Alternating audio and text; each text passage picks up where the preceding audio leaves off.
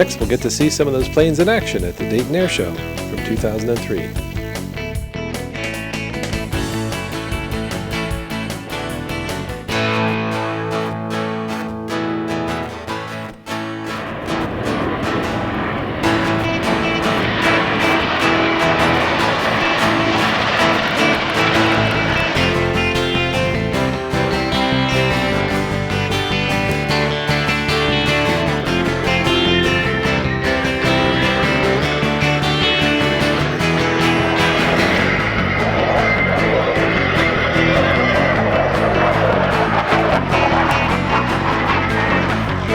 United States Aerobatic Team, a former Air Force fighter pilot with many missions in Vietnam.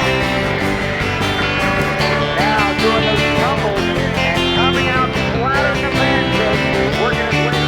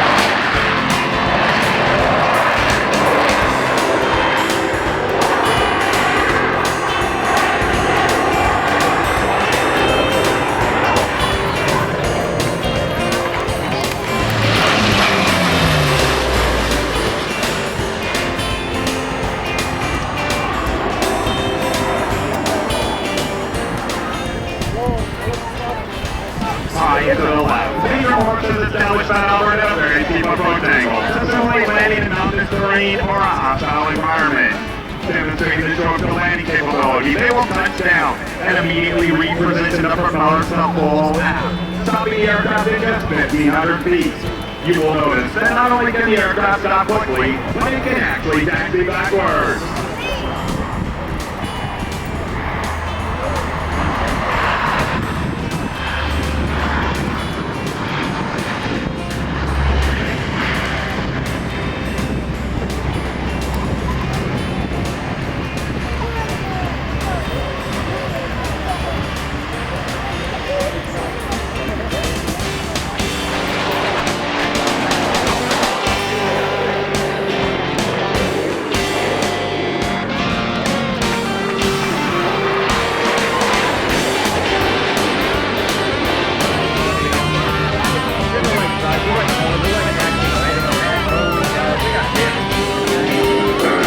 Up into the torque roll, the airplane rotating around to the left, away from the rotation of the propeller. That's to the right as you sit in the pilot seat.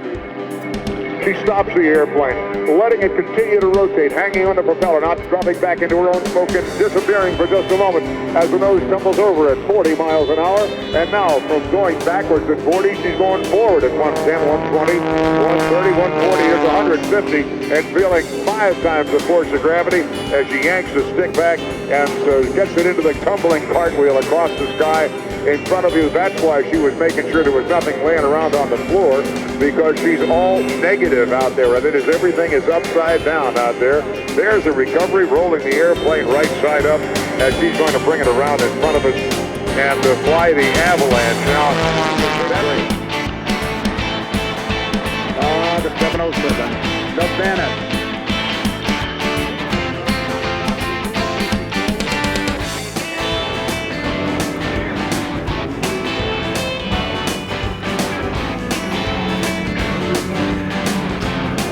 A roll, a turn, or a dive. That gives the human being off on your wing the lag time to go around with you. This is called the torque roll, and no one in the world today does it better than Sean. Into the vertical now, rolling to the left, approaching zero forward airspeed. Torque of the engine takes over, continuing to roll this aircraft to the left. Reaching up, shifting into reverse. Sean now brings it screaming towards the ground. Tail first at over 100 miles an hour. Once through his critical altitude, the throttle slams back. The nose falls down as Sean turns away to set up for his original triple ribbon cut. Low to the right, the tri-engine airplane. The Junkers, JU-52, operated by the Germans as early as the Spanish Civil War when it was used as a bomber. As our aircraft continued to take off, an aircraft built by Cessna Aircraft of Wichita, twin-engine trainer. Civilian name was the Bobcat. They call it the Bamboo Bomber. UC-78 from Cessna.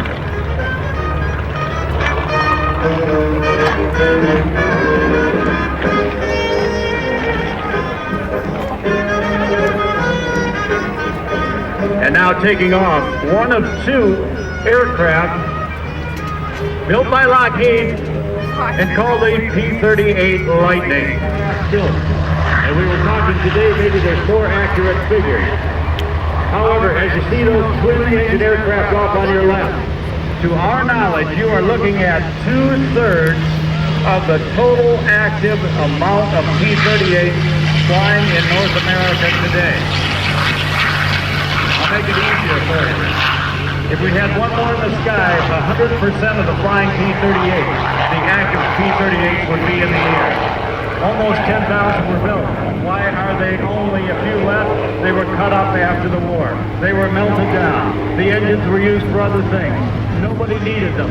Only far-reaching, far-sighted people from the commemorative Air Force, Warbirds of America, Canadian warplane heritage, and the Yankee Air Force are responsible for keeping these airplanes. A sight the Germans may see.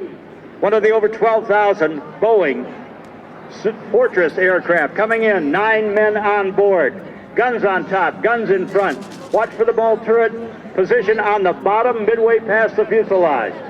On our side, sitting in the left seat, the aircraft commander. They called him Pappy. You know why? He was the old man aboard the aircraft. He was 23, going on 24. The kids in back came from Ohio. They came from Indiana. They were farm kids. Some were city kids. When you see certain movies, they all are very joyous in the movie, and life's so much fun. We love these bombing runs. Baloney! Ladies and gentlemen, these kids from the farms, from the ranches, from the little villages, from the big cities were scared to death. They were 18, 19, 20 years old. They had never been away from home, and now people were shooting lead up at their aircraft. Fighters were surrounding them, trying to force them out of the sky, trying to shoot them down. In their life, terror every day. And if they survived, they would come back different human beings than when they left. War was not a party. It was not a funny thing. One of the best depictions you can get about the life of a bomber crew is a 1949 release called 12 O'Clock High, starring Gregory Peck as General Frank Savage. That's really the way it was. Showing you that it wouldn't be impossible before fighter cover for 24 bombers to leave a base outside of London, and only a dozen come back from that bombing run. What happened to them? Well, the enemy fighters shot them down. Some were lost without a trace, others missing in action. The red-tailed Tuskegee Airman P-51 C model.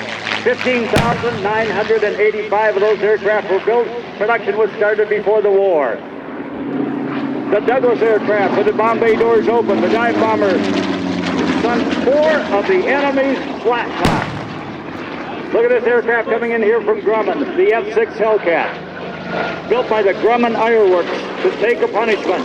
That airplane going through the smoke responsible for more aces of World War II than any other one type of aircraft.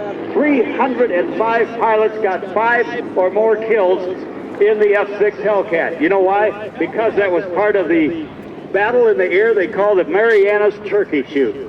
That's why that could happen. Get ready with your cameras. I want to say this, on the right seat of that B-17 is retired General Richard Bodycomb. He's about 80. He flew B-24s in World War II. He's flying that B-17 today. Man, is it good. That's a award-winning aircraft.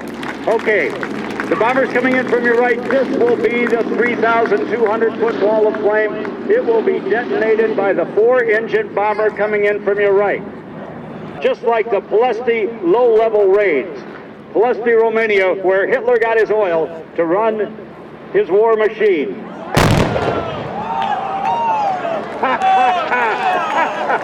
Dayton, Ohio, and the world, feel the heat.